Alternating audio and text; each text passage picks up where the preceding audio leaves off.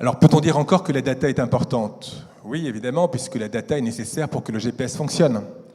Mais non, dans le sens où la data, à elle seule, n'est plus différenciante dans l'expérience de vie, et non dans le sens où le service intelligent, agréable et utile, construit par-dessus la data, devient l'élément prépondérant.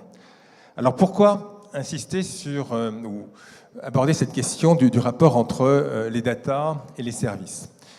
Eh bien parce que je crois qu'en France et en Europe, à la différence peut-être des États-Unis et de la Chine, on souligne relativement peu ce qui caractérise un service intelligent et ce qui fait qu'un algorithme, au-delà de la donnée, est réellement intelligent.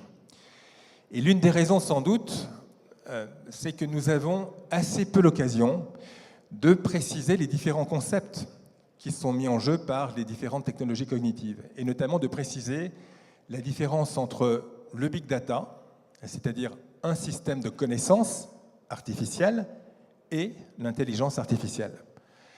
De manière pratique, on connaît tous la différence entre connaissance et intelligence. Je vais le rappeler de façon très très simple.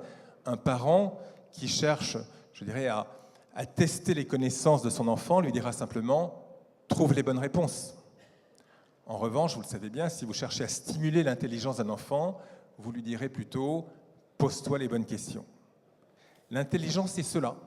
C'est la capacité à se poser les bonnes questions, bonnes du point de vue de quelqu'un ou de quelque chose, par rapport à ses propres intérêts dans son propre système de valeurs. Et là, je viens au passage de rappeler la définition de l'empathie, qui n'est rien d'autre que la dimension relationnelle de l'intelligence. Alors au fond, et je termine là-dessus, pourquoi insister sur les caractéristiques propres à l'intelligence? Eh bien parce que l'intelligence artificielle va obliger bientôt toutes les entreprises à faire totalement pivoter la relation avec leurs clients. Aujourd'hui, les entreprises font plutôt, on va dire, du push product. Qu'est-ce qu'elles font? Elles accumulent, grâce au système de big data, au système de connaissances, un grand nombre de données sur leurs clients pour leur pousser le bon produit au bon moment, au meilleur prix. Et c'est mieux que de ne rien faire du tout, on est bien d'accord.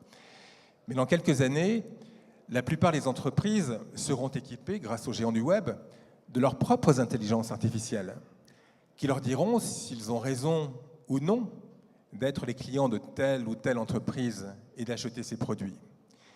Et dès lors, chaque entreprise devra se demander ce qui fera que ses clients voudront bien, par l'intermédiaire de leurs propres intelligences artificielles, continuer de sélectionner l'entreprise comme un interlocuteur de confiance et de valeur. Et en conséquence, la capacité de chaque entreprise